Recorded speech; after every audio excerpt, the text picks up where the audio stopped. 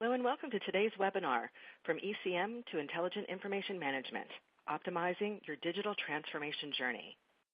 My name is Teresa Resick, and I'm the Director of Webinars here at AIIM, and AIIM is your host and producer of today's event. And with me today is AIIM's Chief Evangelist, John Mancini. And thank you all for taking the time to join us today. As we get started, just want to offer a few quick pointers for viewing today's webinar. By joining live, you can customize your viewing experience, so feel free to open, close, or resize the different windows. And across the bottom of your screen is a list of all of the widgets that are available to you. And group chat is one of those widgets available to you, but you do need to open that up. And you do that by clicking on that icon that's along the bottom. And with group chat, you will be able to text chat with each other, as well as with a few of us from here at AIIM. Do ask questions throughout this time using the Q&A feature that's to the left of the slide area. We'll hold these until the end, where we should have about 5 or 10 minutes to answer them. You can also use that feature to ask for technical assistance. You may download a PDF of the presentation at any time. Just look to the resources list. There's also a few other documents and links in there to help you learn more about what all John's going to be discussing today. So click in there at any time, and that resource is going to open in a new browser tab. You can save that off and read all the materials after the webinar. At the end of this webinar, a brief survey will open in your browser, and it's also in the widgets below. And I'd greatly appreciate it if you would take a few moments to offer your feedback and to suggest other topics for us to cover. This webinar is being recorded, and it will be posted to AIIM.org's Resources Webinars page in just a few days. I just want to introduce John Mancini to you all. And John is the Chief Evangelist and the past President of AIIM, and he is a well-known author and speaker on information management and digital transformation. And he is a frequent keynote speaker, and he offers his expertise on digital transformation and the struggles to overcome information chaos. He blogs under the title Digital Landfill and has published more than 15 ebooks. He will be one of our keynote presenters at the AIIM conference, which we'll share a little bit about that at the end of our webinar today. But John can also be found at jmancini77 on social media, but also his work is in AIIM.org/research. So I invite you to check out a little bit more about John. But in the meantime, I'm going to turn things over to him right now to begin his talk today. John? Well, thank you, Teresa, and good morning, good afternoon to everybody on the call. It's really a pleasure to be here today. And so before I get started, I want to put kind of what I'll talk to you about in a little bit of context, is that those of you that have heard me speak before know that I'm a great believer in storytelling. And I think in many ways, as we think about this industry, as we think about this space and where it's been and where it's going, this isn't really an instance in which, we should be talking primarily from the perspective of defining market segments. Now, I know that that's where everybody loves to go, but I think what we really ought to be focused on is thinking about what is the story that we are all trying to collectively tell about the critical role that information and content plays in digital transformation and in the efforts of companies to stay competitive. And so at the end of this, I'll highlight 2 action items for you guys. And I just wanted to bring them up at the start and then come back to them at the end. First one is that as a story, this is an evolving story, and you all are very much part of this story. And so at the very end, you'll find a slide that will be direct you to a URL of AIIM.org/IIM. And so if any of these themes that I talk about have any resonance with you, if you'd like to share some of that information with your colleagues, there's 3 white papers that I've written there that are free to download, and you can take a look at those, and it'll give you some idea. Second thing, action item, is that after this, I'll send you a link to a survey that we're doing right now. So this is very timely to be doing this. And what I'm trying to do is do some market research to put some quantitative flesh on the bone, if you will, to this story and push this story to the next level. And one of my personal objectives is to have a greater European participation on that survey this year. So I'd really appreciate it if you could watch for that email and click on the survey and follow up. So without further ado, let me chime in here. I love to use quotes in my presentations. And so I thought this one would be a good one to start with. And before putting the quote up there, This gentleman obviously has just an incredibly awesome hairdo here, but it also highlights, I think, some of the themes that I want to talk about. So this is F. Scott Fitzgerald, great Gatsby author, and his quote is that the test of a first-rate intelligence is the ability to hold two opposed ideas in mind at the same time and still retain the ability to function. And I think that's really a good overview of the story that I want to tell here. Because on the one hand, we have this story, which, frankly, we started to tell about 3 years ago in terms of the changing definition of ECM, the changing role of ECM, the changing role of content in our business processes. As if we didn't really get the point, Gartner put a pretty definite punctuation point on this back in January last year with their pronouncement that ECM is now dead. And so, you have this context of ECM in a stage of some serious evolution, transition. Is it still a relevant term? All that stuff. So that's in my F. Scott Fitzgerald land. That's sort of one side of the brain. The other side of the brain is that at the same time, content and information and the people who manage it have never been more important than they are right now. And so somehow we've got to reconcile those two. We've got to think about that. We've got to understand that. And so it really begs the question of, how do you do that? How do you think about that? What's the story that you try to tell that both has legs in the history and legacy that we all collectively share, but also points to the future and helps position what we do in our organizations more effectively moving forward? So the story that I want to tell centers around intelligent information management. As you probably have noticed, AIIM for many years was the Association for Information and Image Management and formally changed its name to the Association for Intelligent Information Management a couple of months ago. Long overdue, and I'm glad that it was finally done because I think it really reflects the story that we're trying to tell. So what I want to do today is talk to you about three things. Talk about this concept of disruption, and talk a little bit about this market definition conversation that's very much in play right now out in the market.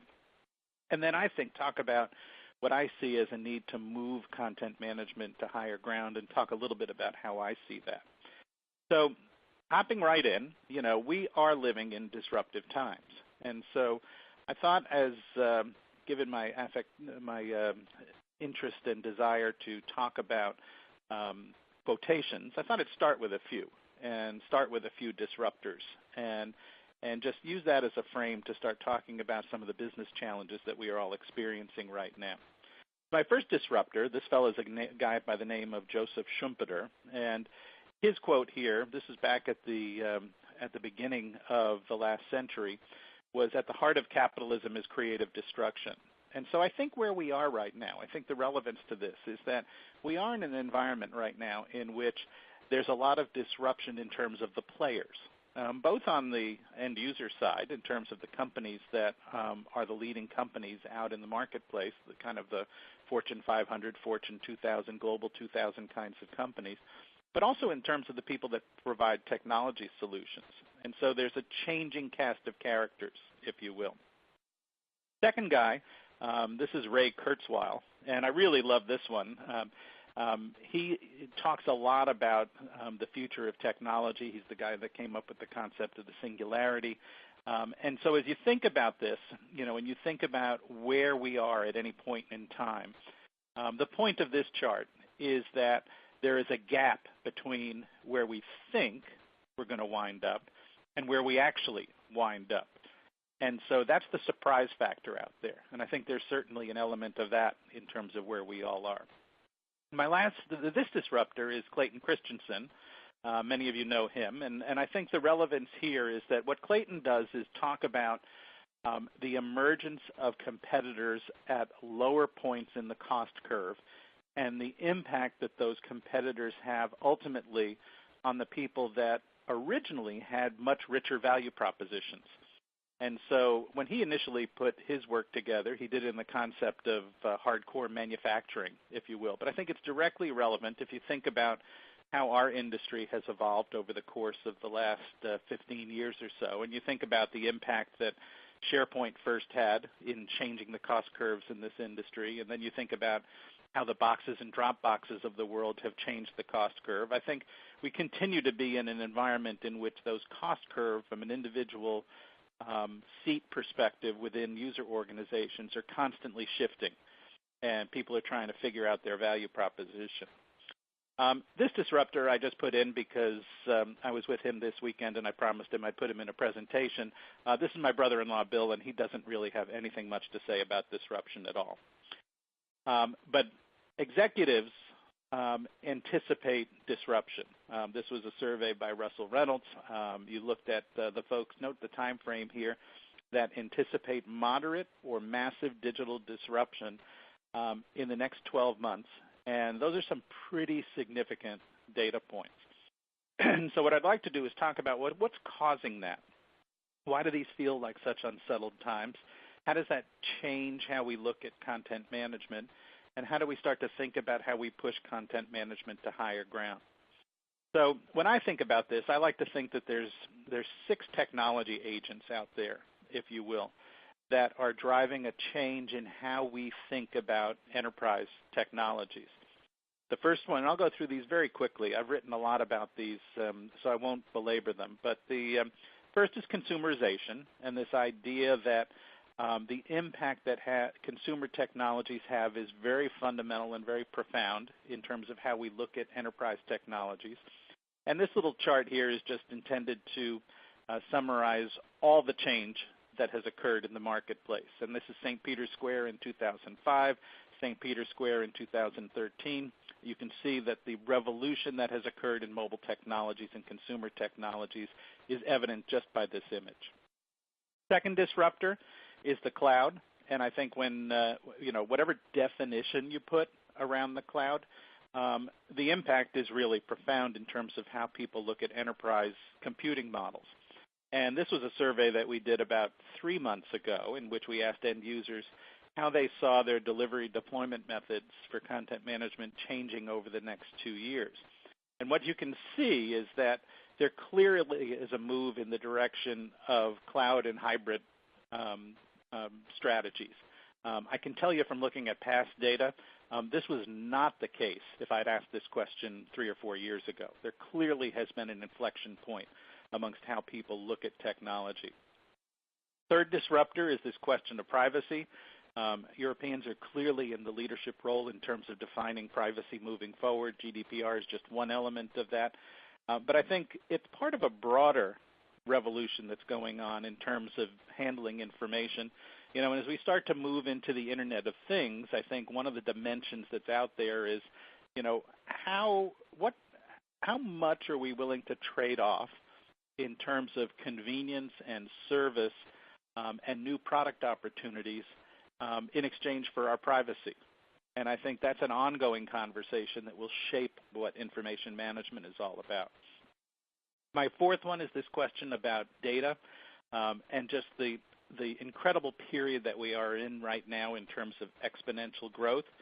And, I like this data point from a few years ago, which looked out to 2020, which is only 22 months away, actually, at this point, and looked at the kind of growth that IT departments were going to experience, and then look at the number of IT professionals that were going to be expected to manage all that. And so what you clearly see is a need for new approaches and new strategies to handling this, because you can't do the first part and the second part without viewing things through a radically different perspective. The fifth one is this notion of business platforms and the importance that they play. I just wanted to highlight one here, which is one of my favorite, but both in terms of how I utilize it, but also a little bit of fear on my part about the impact that it ultimately has on businesses. Is Amazon, and if you think about the value that the market has placed upon the Amazon value proposition. These are a whole host of retail companies on the left-hand side of the slide.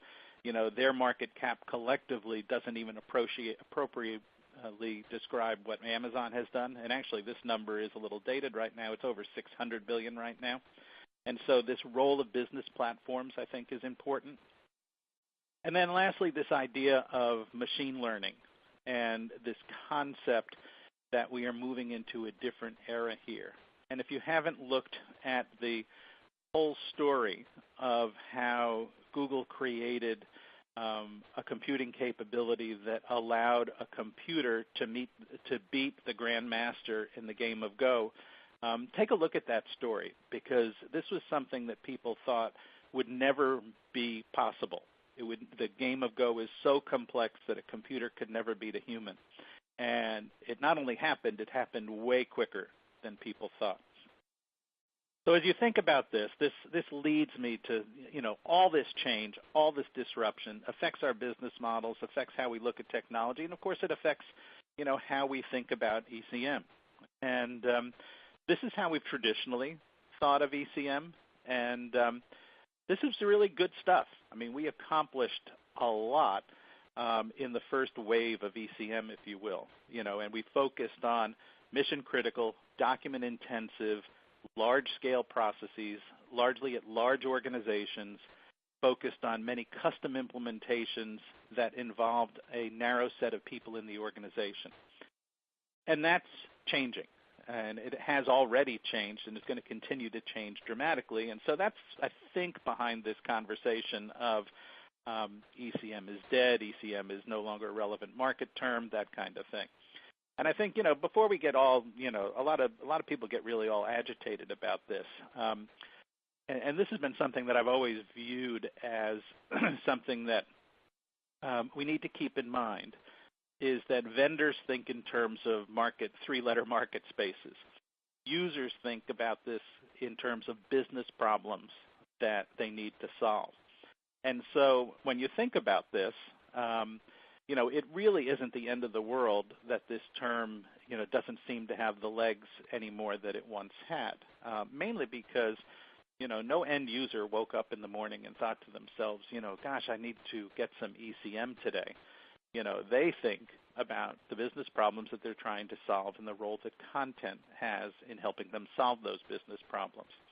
And so as we think about the future of content moving forward, I think we have to be realistic about where we are and how content management evolved. And this slide, I think, is particularly interesting to me. This is, again, from about 3 months ago, 182 end users. And we asked the question about the degree of integration between their ECM, records management, BPM systems, and some of their core enterprise applications. And if you look at the turquoise color and the orange color, clearly there are gaps in terms of how we have approached this. ECM has done a really good job of automating business processes in which content management was at the core. We've not done so well in terms of integrating those capabilities back into the enterprise applications that people have to deal with on a day-to-day basis. And that's become more visible and more evident to organizations as some of these tools have been deployed more ubiquitously throughout their organizations.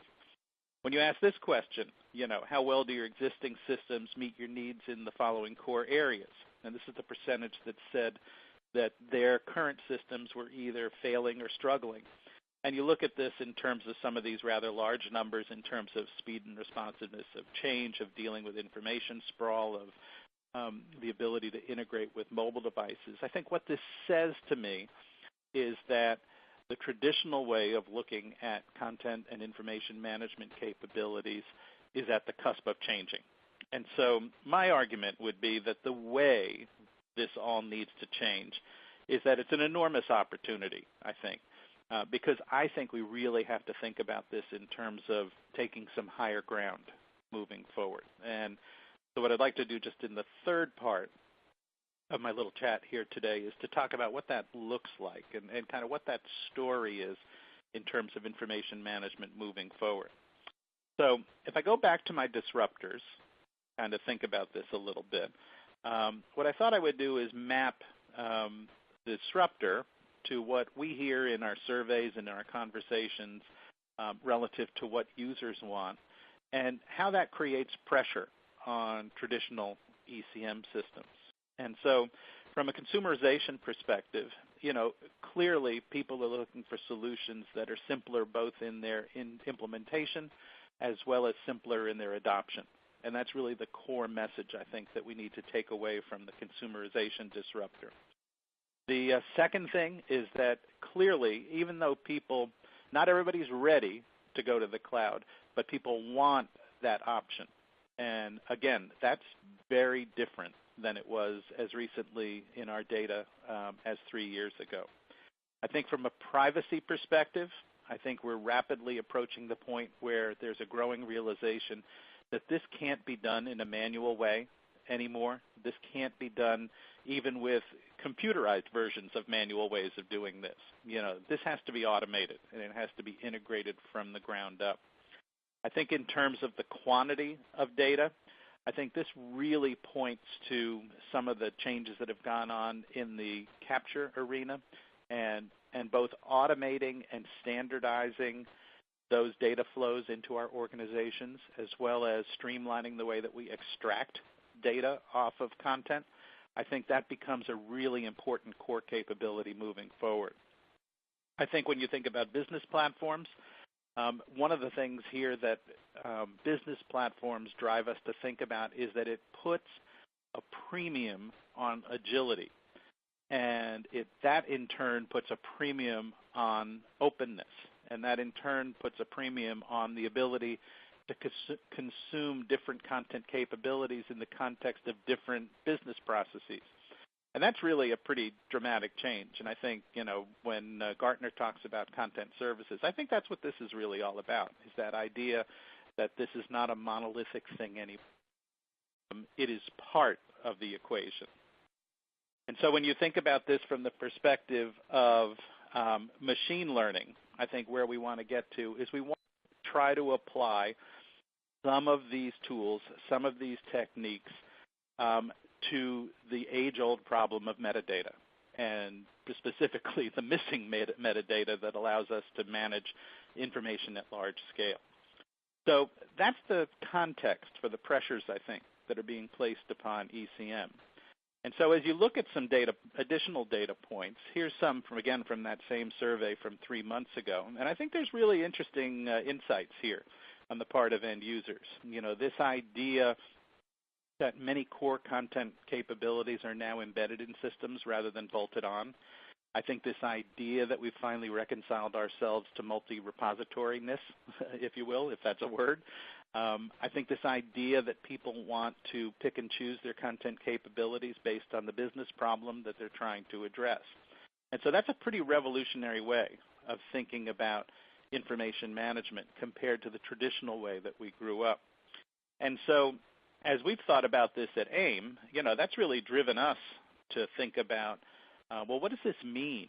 And what's the broader context that we're trying to think about information management? And so this is the way we've traditionally defined AIIM. It was a focus on ECM, it was a focus on the building blocks associated with ECM, and it was a technology-defined perspective. And so AIIM has evolved now, as I mentioned earlier, to the Association for Intelligent Information Management. And this focus, I think, on digital transformation and on specifically this notion within digital transformation of the challenge of understanding, anticipating, and redefining customer journeys, whether they're internal or external. And then as you think about that, what are the capabilities? What are the competencies that you have to have in place in order to allow you to do that? And we think there are really 4 of those. The first is modernizing the information toolkit. The second is digitalizing core organizational processes. The third is automating compliance and governance. And the last is leveraging analytics and machine learning.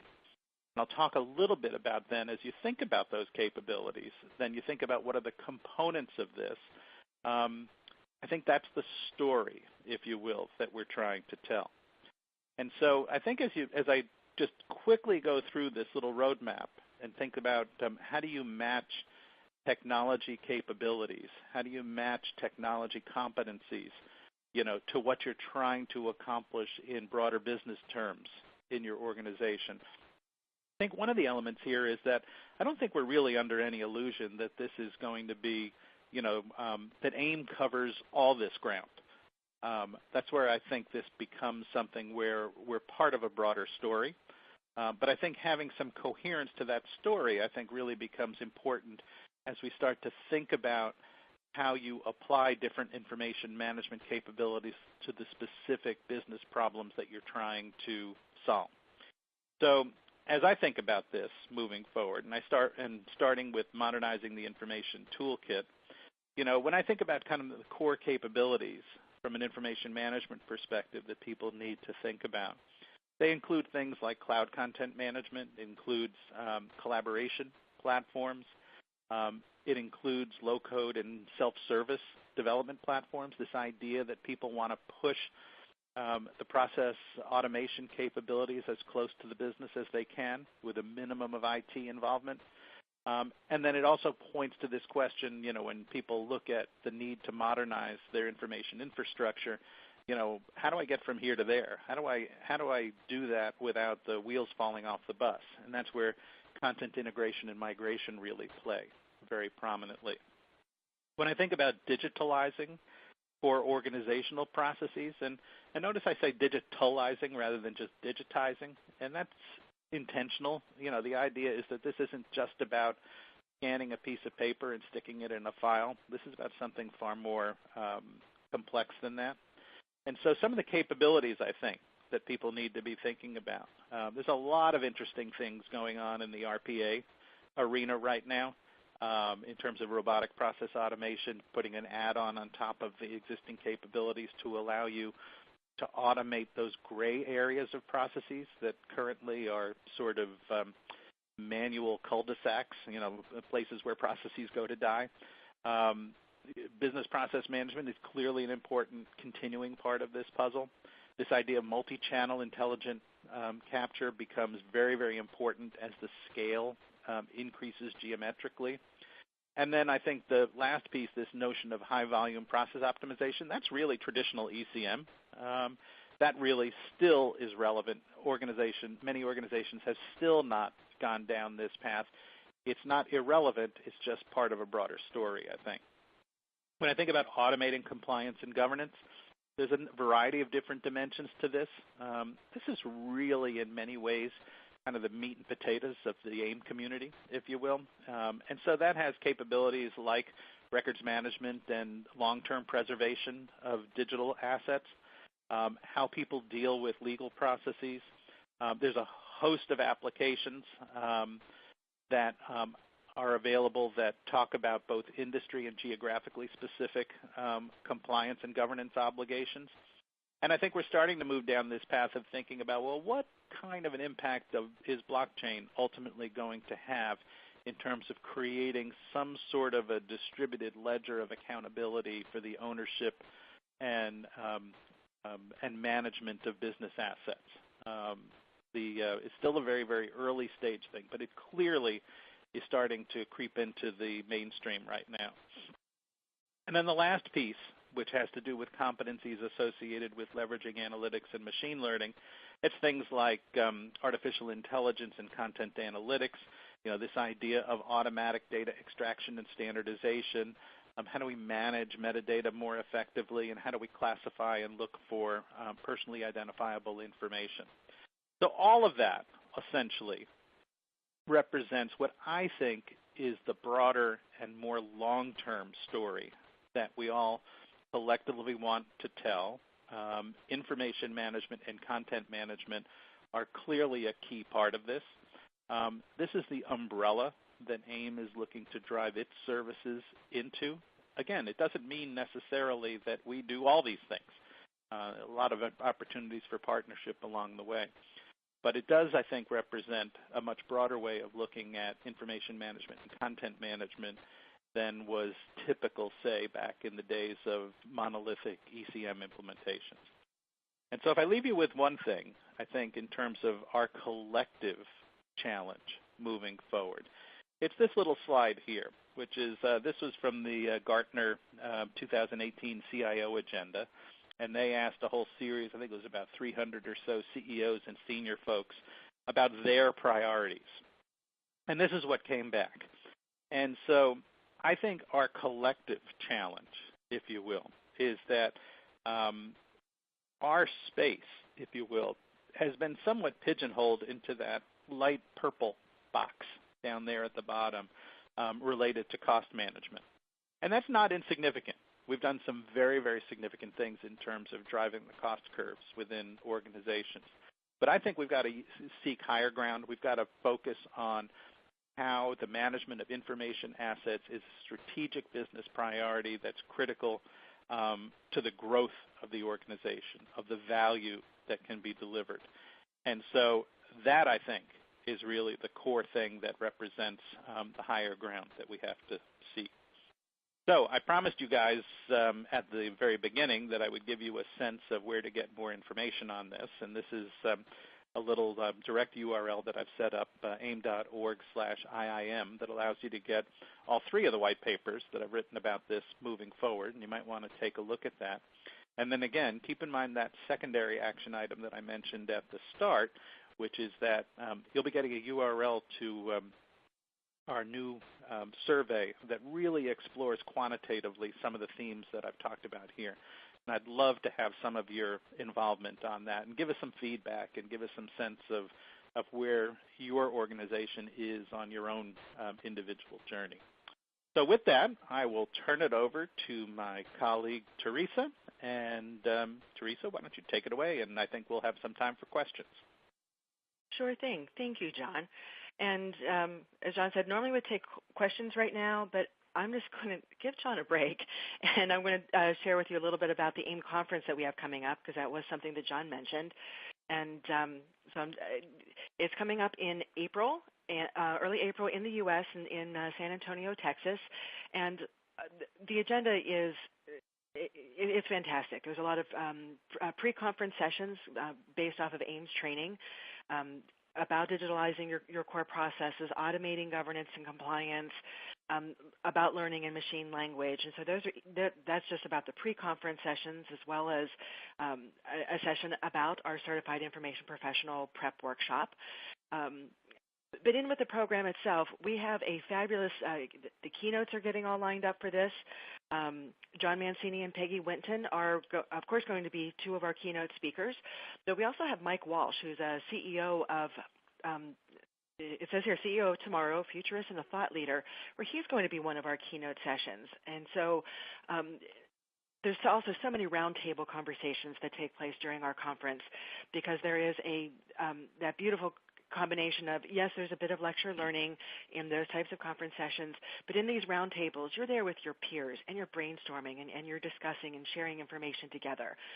We're introducing something called brain dates, so that it is one-on-one conversing with your peers and sharing ideas, because everybody approaches things just a little bit differently, and just getting that insight and that different suggestions in different ways, and learning how other people have succeeded in the same types of challenges that each of us encounter in our organizations. So there's a wealth of educational learning taking place in the week of April 11th. And so I do encourage you to go to the website to check it out. There's still plenty of time to register and for you to get the flights and everything you need for coming over. And I highly encourage that you check that out.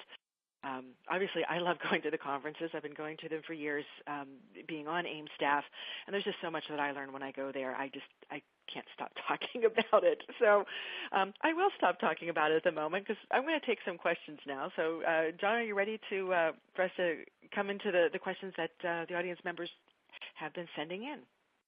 Sure, that would be great. And also, I'd like to reiterate Teresa's invitation to the conference. It's always a really awesome time. And on top of that, if you've never been to San Antonio, Texas, it's a hoot. It's really a fun place to be. So, Teresa, take it away. Sure thing. Thanks, John. So one of the questions that have come in is, what do you think about the term content services?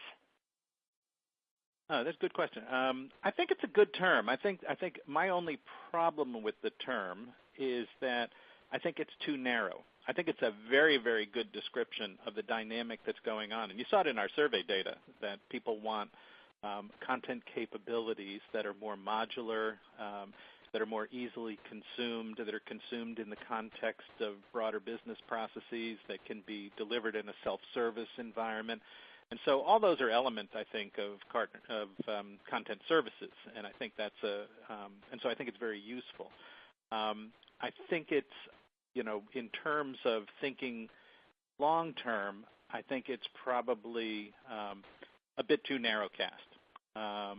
And I guess one thing that I would also urge folks to take a look at, and I'm not going to name any names, but they're like any new term.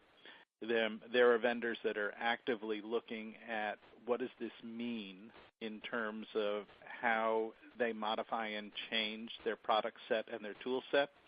And then there's also vendors that slap the name on kind of the old wine. So take a core look at that. There's some really, really good, interesting things going on in terms of breaking up that value proposition and making it more consumable. And, ask some pointed questions to make sure it's real. Thanks. Someone's asking a question here. You mentioned in your part of the discussion, you mentioned about RPA, robotic process automation, and someone's asking about just examples, ideas. How is it useful in how it works in what has been traditional ECM? I think the way to think about this moving forward is that, when you think about some of the broad business processes that we automated with ECM, inevitably in any of those processes, particularly as you start viewing them more holistically and, view them more broadly, like, from customer origination to fulfillment, for example. There are certain elements of those processes that we succeeded in automating very effectively with ECM, but each one of those processes typically has a lot of gray area offshoots where little tiny manual processes occur, which tend to tie up those processes. And so as you start to think about, let's look at what people are doing in those manual processes and see if we can figure out ways to automate those little snippets of process. I think collectively there is huge opportunity there. And so, that's, I think, what, in my mind, what RPA is all about is trying to think about those packets of manual activity within organizations, not great big, gigantic, broad processes, but pockets of manual processes and drive the manualness out of them. And I think there's a lot of opportunity there. And for me also to contribute to that, I've heard other analysts describe RPA as look at it not as a new technology that you're putting into your organization, but just enhancing the work that the people are already doing, looking at it as an enhancement of the workforce. So yeah, I think that's a really good point, Teresa, because I think the last thing anybody wants to do is just adopt some huge, great, big, gigantic new platform. So long term you want to kind of move in the direction of modernizing and standardizing platforms, but short term you got to figure out how you get better value out of what you already have, and I think RPA is a big part of that. Okay. A lot of really good questions in here. I'm going to do my best to get to all of these. Someone is asking, John, how do you see the challenges of the lack of IT understanding amongst end users in this new setting? About people, a small percentage of people using Outlook or Word or more and more functionality and smarter ways of working are becoming available, but end users aren't adopting that. Yeah, that's a really, really good question. That's kind of like, when I think back to, say when the iPhone was first introduced, and, if you had asked people if they wanted an iPhone, they would have said, well, no, because they would have had no idea what on earth an iPhone could do. So they hadn't been able to get to the point of understanding the capabilities that would be inherent in a different kind of platform.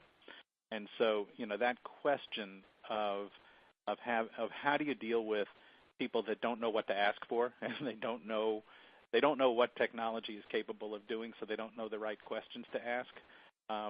That's a really important thing. And I think one dimension of this is being as open as possible without chaos erupting to kind of new and edgy ideas that occur within your workforce.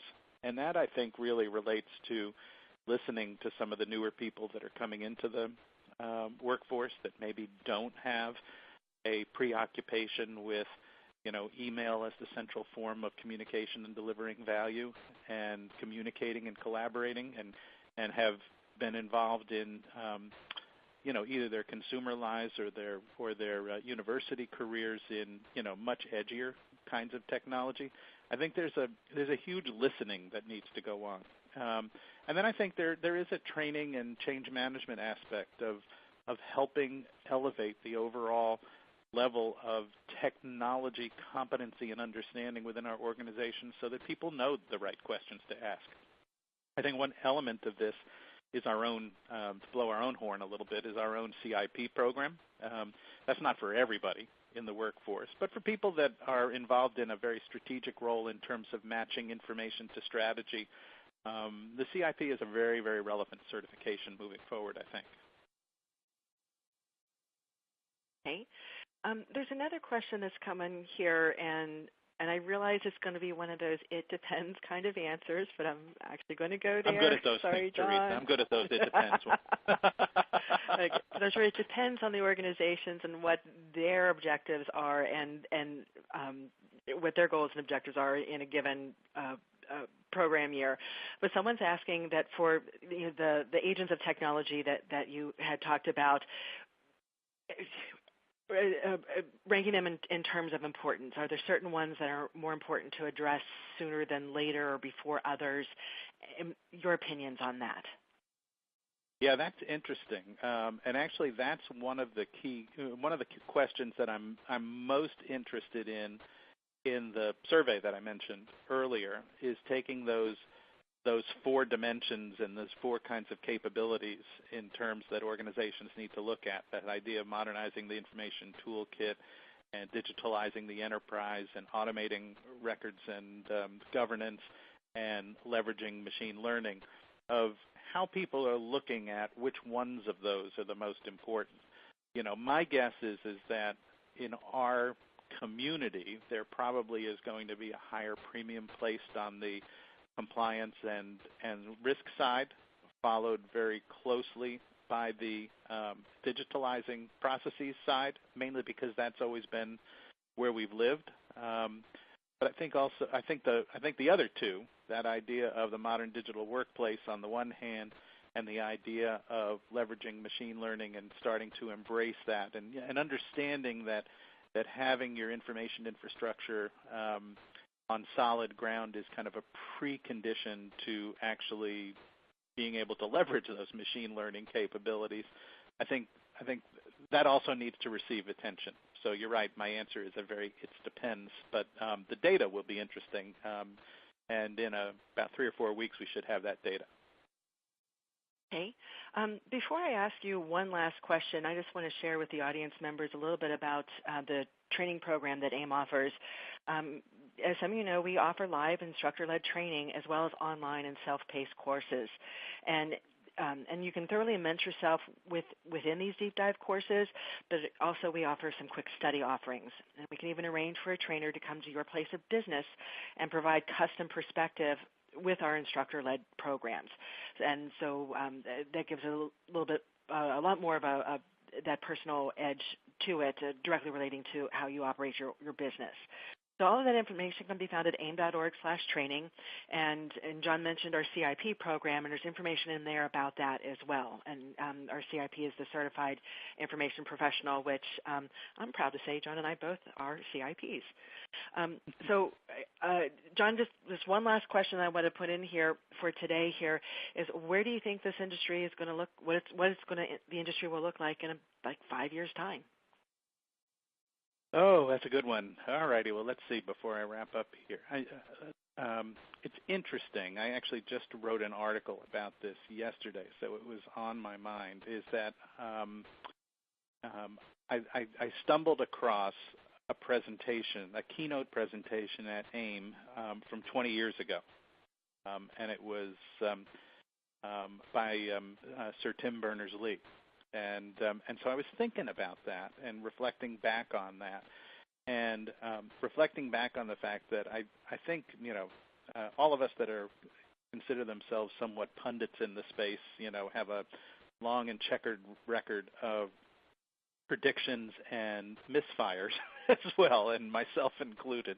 But one of the things that I'm proudest of when I think about that is that back in 1998, this was a space that saw very, very little relevance from what was going on the internet and on the web to the long-term evolution of document management and workflow. And at the time, it was perceived as somewhat of a land-centric kind of business in which, all these crazy internet people were kind of interesting and kind of fun, but didn't really see the relevance. And I think at the time, that was, I think, one bet that I got right, because a lot of people, when they heard Sir Tim speak at that conference, they thought we were lunatics for having him come in 1998 and speak at an AIIM conference. But that was at least one piece that we got right in terms of thinking about the long-term evolution of the space. And right now I think we are at disruptive times as well. So I think about, if I look out 5 years, I look out 10 years, God help us, I would not even pretend to look out 20 years in terms of the rapid acceleration of technology change. But my long-winded answer to that is that when I look out 5 years, I think intelligent information management is a pretty good story to accommodate a lot of unexpected things that we can't possibly see right now. And I think that's one of the key advantages, I think, that as we all collectively look at this community of how we talk about ourselves moving forward, I think that having a story that has some resonance but also has some flexibility, I think, is an important thing. And I think that's really kind of my main takeaway. So I'll wrap this up, and thank you guys. I really hope to see some of you guys in San Antonio. Appreciate you being on the call. I'm always at johnmancini@aim.org or at jmancini77 on social. As I say, this is an evolving story. You all are very much part of that story. And with that, thank you all for being with us today.